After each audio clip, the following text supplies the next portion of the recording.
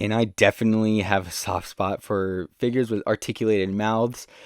No, what are you doing? Hey everyone, it's Pearlescent Toys back in today's video with another Throwback Toys Day. The name is still a work in progress. This is a series on the channel where I look at older figures from my collection, whether it be like 2, 3 years, or maybe even like a decade old at this point. Yeah, it's just basically that. And today, right here, we have something that is very important to me. Some Pearlescent Toys lore for you guys. Last year was really rough for me. The year of 2022, especially towards the end.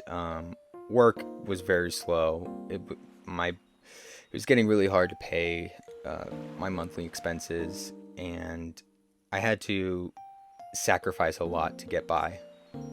To make a long story short, I ended up selling a lot of stuff on eBay. You know, a lot of action figures, toys that I had previously worked so hard to get, and that left me feeling even more sad, and it put me at my lowest place mentally so far in my life. And there was a few close calls for me. You know, I just couldn't see a point in continuing, but I did, and I'm happy I did, because today I have something that I just never thought I would be able to have ever again. A figure that had meant so much to me, and man, I'm just so happy holding it right now. I'll show you guys. It is the Marvel Legends Build-A-Figure Lizard. I mean, if you couldn't already tell by the title of the video, yeah, I don't know why I built all that suspense up. But yeah, this is one of those figures that I sold last year in 2022, and I immediately regretted it. I was just like, man, why? So when I was like selling stuff, I had the mentality like, hey, if you already have one of the figure, you don't need two. So I ended up selling this one because that retro carded lizard had come out. I had gotten that, and I decided like, yeah, there's no point in having this one anymore.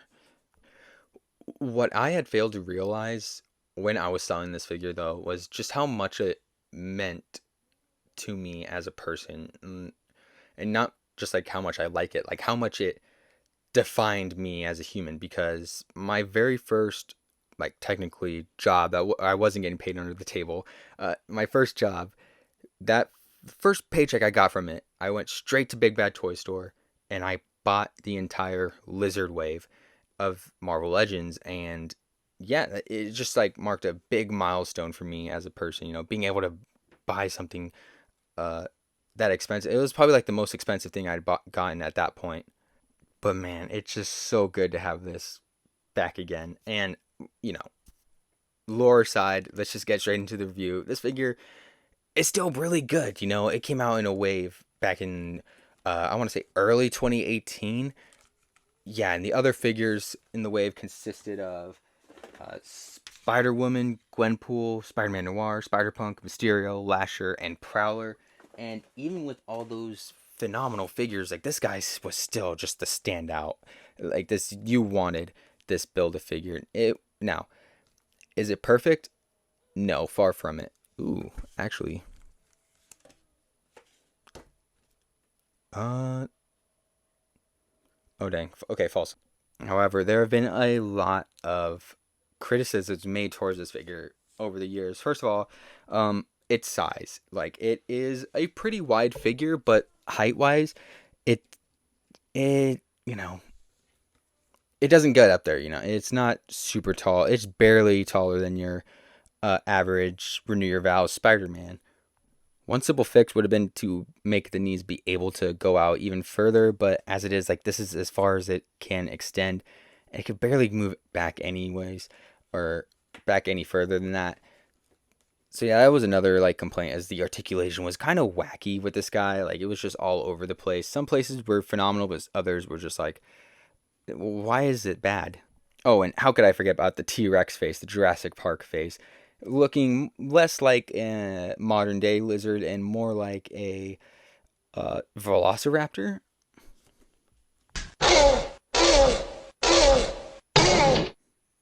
because of that face, it made it hard for Lizard here to fit in with like your more classic figures, like this one, the Amazing Friend Spider-Man. Like it doesn't really look all too it doesn't match all too well, you know. With more modern figures, yes, but yeah, but it's still just a great figure, you know. Like, first of all, that sculpt, like, my god, they cooked with this one. Like, you can see the scales underneath the ripped clothing, and just like the paint used to convey like dirt, like the dirt he's gotten on there, crawling around the sewers probably. That long tail, just so it has so much expression in it, you know. And look at these claws. These claws are so sharp. You could use it as a back scratcher for sure.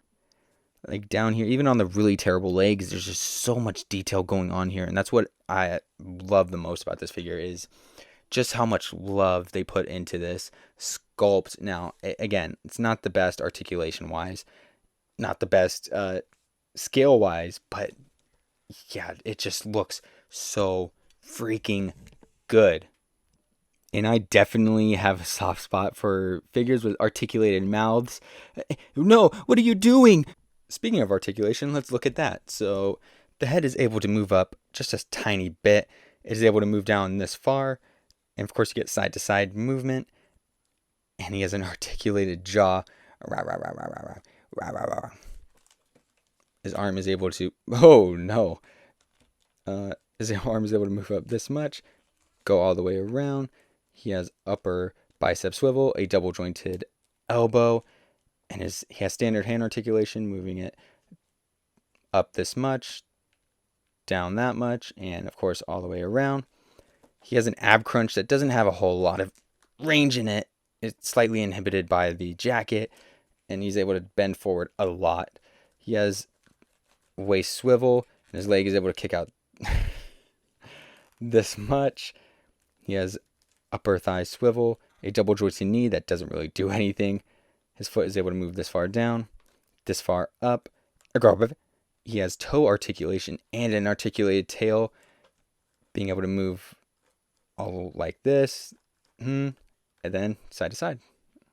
And now time for size comparisons. Here he is next to the Walmart exclusive Lizard, who is going to remain on my shelf for the time being, the Spider-Man villain display, but it still just feels really good to have the old Build-A-Figure, just in case I want to have him for a picture or anything, you know. Then we have him next to Spider-Man and his amazing friend Spider-Man, Renew Your Vows, Peter Parker, Black Suit Spider-Man, Ultimate Spider-Man, Spider-Man Noir, Kraven the Hunter, Null 2-pack Venom. You know, Monster Venom is another figure that I deeply regret getting, so maybe stay tuned for that in the future? Maybe. And last but not least, the Marvel Legends Spider-Ham. Overall thoughts, and I think this guy is just still superb all these years later. Just a standout figure from its wave. Are there better options for a Lizard figure? Definitely, but I still feel like this is just... It's still such a good figure, man. Man, his figure is definitely carried by its supreme sculpt and pretty good paint apps. Articulation wise, it's kind of bad, and scale is like, why is he this small? Yeah. So with that, I'm gonna give this figure a final rating of 9 out of 10. Again, I'm a little biased because I have a lot of history with this figure, but yeah, I can't see myself rating it any lower. So yeah, that'll do it for today's video. I hope you enjoyed. Please like, comment, subscribe, share with a friend. Anything you can do to support the channel would be greatly appreciated. If you have any other suggestions for future Throwback Toys days, just let me know in the comment section below. And with that, I will see you in the next one.